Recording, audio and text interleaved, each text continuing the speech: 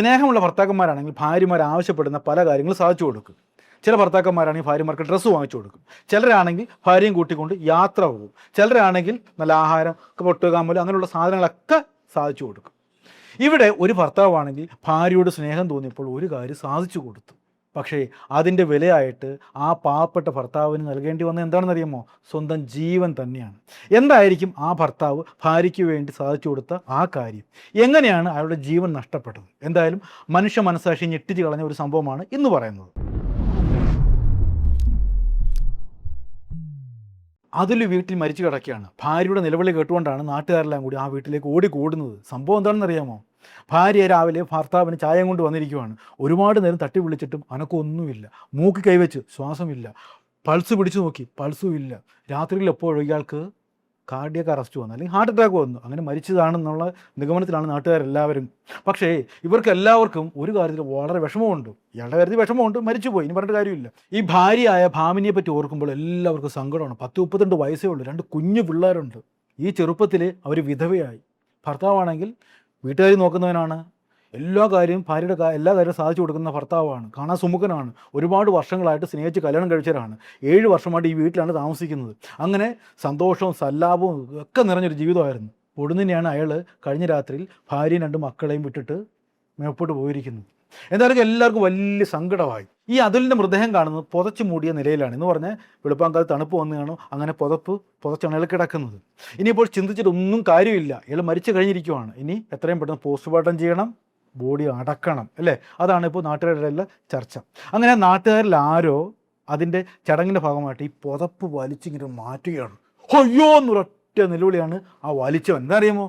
നല്ല ഘടാഘടികനായിട്ടുള്ള ഒരു വിഷപ്പമ്പ് ഇവിടെ കിടക്കുകയാണ്. അതും ചുറ്റിപ്പടഞ്ഞ്, കയ്യിലൊക്കെ ചുറ്റിപ്പടഞ്ഞ് കിടക്കുകയാണ്. ഇപ്പോൾ കാര്യം മനസ്സിലായി എല്ലാവർക്കും. കാര്യം എന്താണ്? ആ ഉഗ്ര വിഷമുള്ള പാമ്പ് കടിച്ചിട്ടാണ് അതിലെന്ന് പറയുന്ന മിടുമിടുക്കനായ ചെറുപ്പക്കാരൻ മരിച്ചിരിക്കുന്നത്. കേട്ടവർക്ക് വിശ്വസിക്കാൻ പോലും പറ്റിയില്ല. പക്ഷേ ഇവിടെ ഒരു സംശയം ആ നിമിഷം മുതൽ മുട്ടിടുകയാണ്. ആ സംശയം മറ്റൊന്നുമല്ല. ഇവിടെ ഞാൻ പറയാൻ വിട്ടുപോയെന്ന് തോന്നുന്നു, ഇവിടെ നിറച്ച് വീടുകളുള്ള പ്രദേശമാണ്. അങ്ങനെ കാടുകളൊന്നുമില്ല. അങ്ങനെ ഒരു വിഷപ്പാമ്പിന് ആ വീട്ടിലേക്ക് കയറാൻ ഒരു സാഹചര്യം ഉണ്ടാവുന്നുമില്ല. ഇതിനു മുമ്പെങ്ങും അങ്ങനെ ഒരു വിഷപ്പാമ്പ് ആ വീട്ടിൽ കയറി ചരിത്രവുമില്ല. 7 വർഷമായിട്ട് അവർ താമസിക്കണമെന്ന് പറഞ്ഞല്ലോ. അങ്ങനെ ഒരു ചരിത്രം പോലും ഇല്ല. ആ ഭാഗത്തെങ്ങും പാമ്പിൻ്റെ ശല്യമില്ല. പിന്നെ എങ്ങനെയായിരിക്കും ഈ വിഷപ്പാമ്പ് ഇത്ര കൃത്യമായിട്ട് കട്ടിലിൽ കിടക്കുന്ന അതിൻ്റെ ആ പുതപ്പിൻ്റെ അടിയിൽ വന്ന് കിടക്കുന്നത്, അല്ലേ? വീടിൻ്റെ ഉള്ളിൽ അല്ലെങ്കിൽ അടുക്കള ഭാഗത്തോ അവിടെ ഇവിടെയൊക്കെ ചിലപ്പം ചടഞ്ഞുകൂടി കിടന്നിരിക്കാം. പക്ഷേ കൃത്യമായിട്ടും ആ കട്ടിലിൽ എങ്ങനെയാണ് വലിഞ്ഞു പിടിച്ച് ആ പാമ്പ് കയറുന്നത്, അല്ലേ? ഒരു വലിയ ചോദ്യം അവിടെ വരികയാണ്. എന്തുവായാലും പോസ്റ്റ്മോർട്ടത്തിന് വിടാം. കാര്യം അറിയണമല്ലോ. പോസ്റ്റ്മോർട്ടത്തിന് ബോഡി വിട്ട് അവിടെയും ടെസ്റ്റോട് ടെസ്റ്റാണ്. ഈ അതുലിൻ്റെ മൃതദേഹത്തിൽ ഉറക്ക ഗുളിക കണ്ടെത്തുകയാണ്. തലേന്ന് രാത്രിയിൽ പാലിൽ ആരോ കൊടുത്ത ഉറക്ക ഗുളികയുടെ അംശം കൂടി കണ്ടെത്തുന്നതോടുകൂടി തന്നെ ഇതിനൊരു വ്യത്യസ്തത കൈവരികയാണ്. ആരോ കൊലപ്പെടുത്തിയതാണ്. ആരായിരിക്കും, അല്ലേ? ആ വീട്ടിലുള്ളത് അതുലിൻ്റെ ഭാര്യയുണ്ട്, 2 കുഞ്ഞു പിള്ളേരുമുണ്ട്. അങ്ങനെ സ്വാഭാവികമായിട്ടും എല്ലാ കണ്ണുകളും അതുലിൻ്റെ ഭാര്യയായിട്ടുള്ള ഭാമിനിയിലേക്ക് വരികയാണ്. ഭാമിനി വിശദമായിട്ട് ചോദ്യം ചെയ്യുകയാണ് പോലീസ്. അസ്വാഭാവിക മരണമാണല്ലോ. അങ്ങനെ ഭാര്യയെ ചോദ്യം ചെയ്തതിൻ്റെ ഭാഗമായിട്ട് ആ മൊബൈൽ പരിശോധിക്കുന്നതാണല്ലോ ഇപ്പോഴത്തെ ട്രെൻഡ്. ആ മൊബൈൽ പരിശോധിച്ചപ്പോൾ കുറേ പാമ്പിൻ്റെ ചിത്രങ്ങൾ കാണുകയാണ്. ഈ പാമ്പിൻ്റെ ഫോട്ടോ ആൾറെഡി ഉണ്ട്. അതുമാത്രമല്ല പലതരം പാമ്പുകളുടെ പിക്ചറുകൾ ഈ മൊബൈൽ കണ്ടെത്തുകയാണ്. എന്ന് പറഞ്ഞാൽ ആരോ ഫോർവേഡ് ചെയ്ത് കൊടുത്ത കുറേ ചിത്രങ്ങൾ പാമ്പിൻ്റെ. ആ ഫോർവേഡ് ചെയ്ത ആളെയും കണ്ടെത്തി. തുഷാർ എന്ന് പറയുന്ന ഒരുത്തനാണ് ഈ പാമ്പുകളുടെ ഫോട്ടോ അയച്ചു കൊടുത്തിരിക്കുന്നത്. അവൻ അയച്ചു കൊടുത്തതിൽ ഒരുപാട് പാമ്പുകളിൽ ഒന്നാണ് ഈ പാമ്പ്. ഏത് പാമ്പ്? ഈ അതുലിനെ കടിച്ച പാമ്പ്. ഇനി അടുത്ത ചോദ്യം, ഈ തുഷാർ ആരാണ്? തുഷാർ എന്തിനു വേണ്ടിയാണ് ഈ പാമ്പുകളെ ഈ ഭാമിനിയുടെ മൊബൈലിലേക്ക് അയച്ചു കൊടുത്തത്? അതെന്തിനാണ് ഈ അതുലിൻ്റെ മരണത്തിന് വേണ്ടി ഭാമിനി ഉപയോഗിച്ചത്? അങ്ങനെ ഒരുപാട് ചോദ്യങ്ങളാണ് പിന്നെ എല്ലാവരുടെ നാവിലും വരുന്നത്, അല്ലേ? എൻ്റെ നാവിലും ഉണ്ട്, നിങ്ങളുടെ നാവിലും ഉണ്ട്. അതിന് പിന്നിൽ വലിയൊരു കഥയുണ്ട്. നമുക്ക് ആ കഥയിലേക്ക് തന്നെ പോകാം. ഇവിടെ സന്തോഷകരമായിട്ട് കഴിയുകയാണ് നമ്മുടെ ഭാമിനിയും അതുലും. 7 വർഷം മുമ്പ് അവർ പ്രണയിച്ച് വിവാഹം കഴിച്ചെന്ന് പറഞ്ഞല്ലോ. അങ്ങനെ വീട് നോക്കുന്ന, ഭാര്യയെ പൊന്നുപോലെ നോക്കുന്ന നല്ല മിടുക്കനായ ഒരു ഭർത്താവാണ്. ഞാൻ വെറുതെ എല്ലാത്തിലും പറയുന്ന പോലെ നല്ല മിടുക്കനായ ഭർത്താവാണ് ഈ അതുൽ. അങ്ങനെ സന്തോഷകരമായിട്ട് ജീവിച്ചു വരുമ്പോൾ ഈ ഭാര്യയുടെ ചെറുതും വലുതുമായിട്ടുള്ള എല്ലാ ആഗ്രഹങ്ങളും ഇയാൾ സാധിച്ചു കൊടുക്കുന്നുണ്ട്. ഇയാളുടെ സ്പെയർ പാർട്സ് കട നടത്തുകയാണ്. അത്യാവശ്യം സാമ്പത്തികമൊക്കെ ഉള്ള ഒരു ബിസിനസ്സാണ് ഇയാൾ ചെയ്യുന്നത്. അങ്ങനെ ഭാര്യയുടെ ചെറുതും വലുതുമായിട്ടുള്ള ആഗ്രഹങ്ങളൊക്കെ നടത്തുന്നു. ഭാര്യ ഈ ഭർത്താവ് പോയി കഴിഞ്ഞാൽ ഈ വീട്ടിൽ ഒറ്റയ്ക്കാണ്. കുഞ്ഞുങ്ങളുണ്ട് എങ്കിൽ തന്നെ ഒരു ജോലി വേണമെന്നുള്ളത് ആവശ്യപ്പെടുകയാണ്. കാര്യം ആ ജോലിയുടെ ഭാഗമായിട്ട് കുഞ്ഞുങ്ങളെ കൂടി കൊണ്ടുപോകാൻ പറ്റുന്ന ഒരു ജോലിയാണെങ്കിൽ ഏറ്റവും സൗകര്യമായിരിക്കുമല്ലോ. ഇവർ അത്യാവശ്യം നേഴ്സറി സ്കൂളിൻ്റെ എന്തൊക്കെയോ പഠിച്ചിട്ടുണ്ട്. അങ്ങനെ ഈ ഭാമി ഭർത്താവിനോടൊരു ആവശ്യം പറയുകയാണ്, എന്തായാലും നമുക്ക് 2 പിള്ളേരുണ്ടല്ലോ, അവരെ നോക്കിയേ പറ്റൂ, അതിൻ്റെ കൂടെ തന്നെ കുറച്ച് പിള്ളേരെ കൂടി നോക്കിയാലോ, ഞാൻ കുറച്ച് ഇങ്ങനെയുള്ള കോഴ്സും പഠിച്ചിട്ടുണ്ട്, എന്താണ് ഇതിൻ്റെ ഉദ്ദേശം എന്താണെന്ന് ഭർത്താവ് ചോദിക്കുകയാണ്. നമുക്കൊരു പ്ലേ സ്കൂൾ സ്റ്റാർട്ട് ചെയ്താലോ എന്നുള്ള ഒരു കണ്ടീഷനാണ് ഈ ഭാര്യ ഭർത്താവിൻ്റെ മുമ്പിൽ വെക്കുന്നത്. ഭാര്യയുടെ എല്ലാ ആവശ്യങ്ങളും സാധിച്ചു കൊടുക്കുന്ന അതിലൊന്നും വേണ്ടില്ല, ശരിയാണ്, ഒരു ജോലിയാവും വരുമാനമാവും, അവളുടെ ഈ ഒറ്റപ്പെടൽ മാറുകയും ചെയ്യും. അങ്ങനെ നല്ല കിടുകിടുക്കുന്ന ഒരു പ്ലേ സ്കൂൾ ഈ ഭർത്താവ് ഭാര്യയ്ക്ക് വേണ്ടി ഇട്ട് കൊടുക്കുകയാണ്. പിള്ളേരെ കൊണ്ടുപോകാൻ വണ്ടി വേണമല്ലോ അല്ലേ, ഒരു ഡ്രൈവറേയും വെക്കുവാണ്. ആ ഡ്രൈവറാണ് നമ്മുടെ കഥയിലെ ട്വിസ്റ്റായിട്ടുള്ള ആരാ, തുഷാർ. അങ്ങനെ തുഷാർ ആ സ്കൂളിലെ ഡ്രൈവറായിട്ട് ജോയിൻ ചെയ്യുന്നു. ഈ ഭർത്താവാണെങ്കിൽ ഭാര്യയും മക്കളോട് അതിരിട്ട് സ്നേഹമുള്ള ഭർത്താവാണ്, കുടുംബം നോക്കുന്നവനാണ്. അയാളുടെ ജോലിക്ക് വേണ്ടി സ്പെയർ പാർട്സ് കടയിലേക്ക് പോകുന്നു. ഇവിടെ ഇപ്പോൾ ആരുണ്ട്, തുഷാർ എന്ന ഡ്രൈവറും ഉണ്ട്, ഭാമിനി എന്ന് പറയുന്ന അയാളുടെ ഭാര്യയുമുണ്ട്. അങ്ങനെ എന്തായാലും ചുരുക്കി പറഞ്ഞാൽ അറിയാമല്ലോ, കുറേ നാൾ കഴിഞ്ഞപ്പോൾ ഇവർ പ്രണയത്തിലാവുകയാണ്. ആരൊക്കെയാ, ഈ ഡ്രൈവറും ഈ ഭാമിനിയും തമ്മിൽ. അങ്ങനെ ആ പ്രണയം ഭയങ്കര എന്ന് പറയുന്നത് അങ്ങോട്ടും ഇങ്ങോട്ടും പിരിയാൻ പോലും പറ്റാത്ത ഒരു ദിവ്യമായ, ദിവ്യം എന്ന് പറയാൻ ഒക്കത്തില്ല, ഒരു വൃത്തികെട്ട പ്രേമത്തിലേക്ക് ഇത് പോവുകയാണ്. ചുരുക്കി പറഞ്ഞാൽ കൈവിട്ട കളിയായിപ്പോൾ.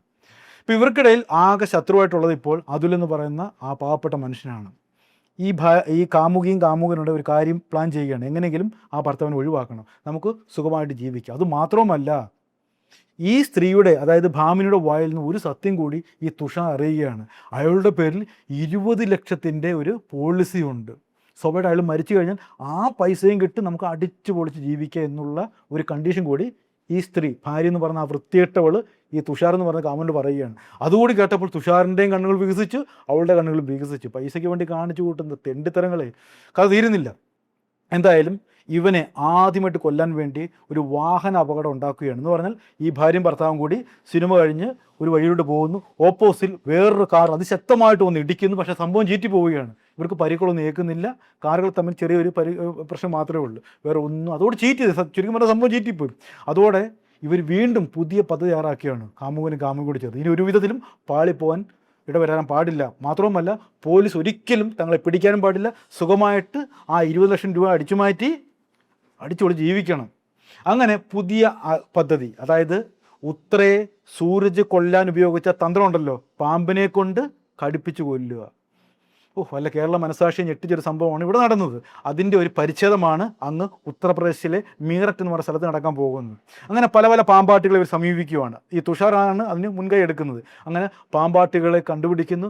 പാമ്പാട്ടികളെ ഒരാളുടെ ആ പാമ്പിനെ ഇവർക്ക് ഇഷ്ടപ്പെടുന്നു. അങ്ങനെ പല പല ഫോട്ടോസും ഈ തുഷാർ കാമുകിയായിട്ടുള്ള ഭാമിനിക്ക് അയച്ചു കൊടുക്കുന്നുണ്ട്. ഇത് മതിയോ, ഇത് ഉഗ്ര വിഷമുള്ള സാധനം കേട്ടോ, ഇത് കടിച്ചത് തന്നെയാണ്, അപ്പം ചാവൂന്നൊക്കെ പറഞ്ഞ് പല നിബന്ധനകൾ വെക്കുകയാണ്. അപ്പോൾ ഭാമിനി പറയൂ, ഒറ്റക്കടിക്കൊന്ന് ചീറ്റിയാൽ മതി, അങ്ങനെ വലിയ ഉപദ്രവിച്ചൊന്നും കൊല്ലണ്ടെന്നൊക്കെ പല നിബന്ധനകളായിരിക്കും അങ്ങോട്ട് വെക്കുന്നത്.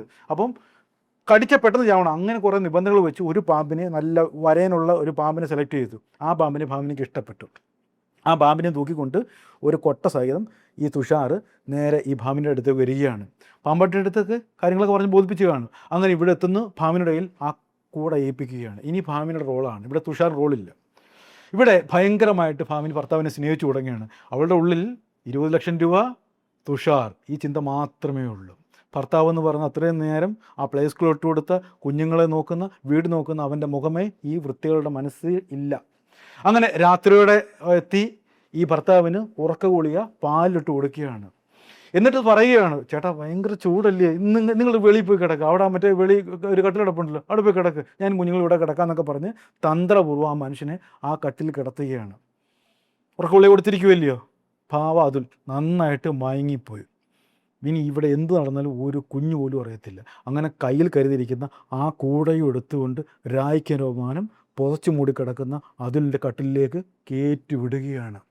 രാത്രിയാണ്, പാമ്പ് അവിടെ കിടക്കുകയാണ്. നല്ല അങ്ങോട്ടും ഇങ്ങോട്ടൊക്കെ വളഞ്ഞു പുളഞ്ഞ്, അല്ലെങ്കിൽ ഉറക്കത്തിൻ്റെ ആലസ്യത്തിൽ ചിലപ്പോൾ അങ്ങോട്ടും മറിഞ്ഞും തിരിഞ്ഞും കിടക്കും. ആ സമയത്ത് എപ്പോഴോ ആ വിഷപ്പാമ്പ് ആ പാവത്തിൻ്റെ കയ്യിൽ കടിച്ചു വലിച്ചു. ആ ഉറക്കത്തിൽ അയാൾ മരണപ്പെടുകയാണ്. നേരം വെളുക്കുന്നു, പാമ്പ് അവിടെ തന്നെയുണ്ട്. ഭാര്യ ചായ കൊണ്ടുവരുന്നതായിട്ട് അഭിനയിക്കുന്നു, തട്ടി വിളിക്കുന്നു. ബോധമറ്റു കിടക്കുന്ന ഭർത്താവ് മരിച്ചു എന്ന് അവൾ സ്ഥാപിക്കുന്നു, ബഹളം കൂട്ടുന്നു, ആൾക്കാരെ വിളിച്ച് കൂട്ടുന്നു. അധികം വൈകാതെ തന്നെ കൊലയാളിയെ കണ്ടെത്തി. ഈ ഭാമിനി തന്നെയാണ്. കാരണം ഇവരുടെ പെരുമാറ്റം അങ്ങനെയായിരുന്നു. ഭർത്താവ് മരിച്ചു കിടക്കുമ്പോൾ, ചെറുപ്പക്കാരാണല്ലോ, ഭർത്താവ് മരിച്ചു കിടക്കുമ്പോൾ കാണുന്ന വെപ്രാളോ പരവേശമോ നിലവിളിയോ ഒന്നും ആ വീട്ടിൽ കണ്ടില്ല. ഒരു നിർവികാരതയായിരുന്നു അവളുടെ മുഖത്ത് കണ്ടത്. അത് മാത്രമല്ല, രണ്ടാമത്തെ തെളിവ് പോസ്റ്റ്മോർട്ടത്തിൽ ഉറക്ക ഗുളിക കണ്ടെത്തിയത്. ഏറ്റവും വലിയ പ്രബലമായ തെളിവ് ഇവളുടെ മൊബൈലിൽ കണ്ട ആ പാമ്പുകളുടെ ഫോട്ടോ. ഡിലീറ്റ് ചെയ്യാൻ ആൾ മറന്നേ, എല്ലാം കാണിക്കുന്ന ഒരു മണ്ടത്തരമുണ്ട്. അതാണ് പലപ്പോഴും കൊടുക്കുന്നത്. എന്തായാലും ഇത് വലിയ പിടിവള്ളിയായി. അതിൻ്റെ സോഴ്സ് തപ്പി നേരെ പോകുന്നത് എങ്ങോട്ടാണ്? തുഷാർ എന്ന് പറഞ്ഞ ആ ഡ്രൈവറിലേക്കാണ്. എന്തായാലും അളിയനെയും പൊക്കി, അളിയത്തെയും പൊക്കി, ആ കൂടെ നിന്ന പാമ്പാട്ടികളെയും പൊക്കി. അങ്ങനെ 4 പേരോളം ഈ കേസിൽ പ്രതികളായിട്ട് പോലീസ് തട്ടി അകത്താക്കി. ജയിലിലെത്തിയ ഈ യുവതിയോട്, അത് ഈ ഭാമിനിയോട് ജയിലധികൃതർ ചോദിച്ചു, എന്തെങ്കിലും ആഗ്രഹം ഉണ്ടോ എന്ന് ചോദിച്ചു. നമ്മളൊക്കെ വിചാരിക്കും ആ കുഞ്ഞുങ്ങളെ കാണണം, അല്ലെങ്കിൽ എന്നെ വെറുതെ വിടണമെന്നായിരിക്കും പറയാൻ പോകുന്നത്. പക്ഷെ ഇവിടെ എന്താ പറഞ്ഞറിയാമോ? തൊട്ടപ്പുറത്ത് പുരുഷന്മാരുടെ ജയിലാണ്. ആ ജയിലിൽ കിടക്കുന്ന തുഷാറേട്ടനെ ഒന്ന് കാണണം, കാമുവിനെ ഒന്ന് കാണണം, എനിക്ക് ആ നെഞ്ചത്ത് പൊട്ടി ഒന്ന് കരയണമെന്നാണ് ആ ദുഷ്ട സ്ത്രീ ആവശ്യപ്പെട്ടത്. ആലോചിക്കും, 2 കൊച്ചു കുഞ്ഞുങ്ങളുണ്ട്. ആ മുഖം കണ്ടാൽ എങ്ങനെ ചെയ്യാൻ തോന്നുമല്ലേ? ഈ സ്ത്രീകളൊക്കെ ഒരു മനസ്സേ, വല്ലാത്തൊരു മനസ്സാണ്. ആ കുഞ്ഞുങ്ങളെ പോലും കാണണമെന്ന് ഭാമിനി എന്ന് പറയുന്ന ആ സ്ത്രീ പറഞ്ഞില്ല. ഇതാണ് നമ്മുടെ സ്ത്രീ സമൂഹം. പലപ്പോഴും ഉള്ളത് കൊണ്ട് ഓണം പോലെ ജീവിക്കാൻ സ്ത്രീകൾക്ക് അറിയത്തില്ല. കുടുംബം നോക്കുന്ന, അല്ലെങ്കിൽ ഭാര്യയുടെ ഏത് ആഗ്രഹവും സാധിച്ചു കൊടുക്കുന്ന ഭർത്താവിനെ ഈ സ്ത്രീ ഓർത്തില്ല. അപ്പോൾ കണ്ട ആ ഡ്രൈവറോടൊപ്പം ജീവിക്കാനായിരുന്നു അവളുടെ ആഗ്രഹം. 20 ലക്ഷവും പോയി, മാനവും പോയി, കുഞ്ഞുങ്ങളും പോയി, ജീവിതവും പോയി. എന്തായാലും ഇത്തരത്തിലുള്ള ഒരു മണ്ടത്തരവും ഒരു സ്ത്രീയും കാണിച്ച് സ്വന്തം ജീവിതവും സമാധാനവും ഒന്നും കളഞ്ഞു കുളിക്കല്ലേ എന്ന് പറഞ്ഞുകൊണ്ട് നിർത്തട്ടെ. നന്ദി, നമസ്കാരം.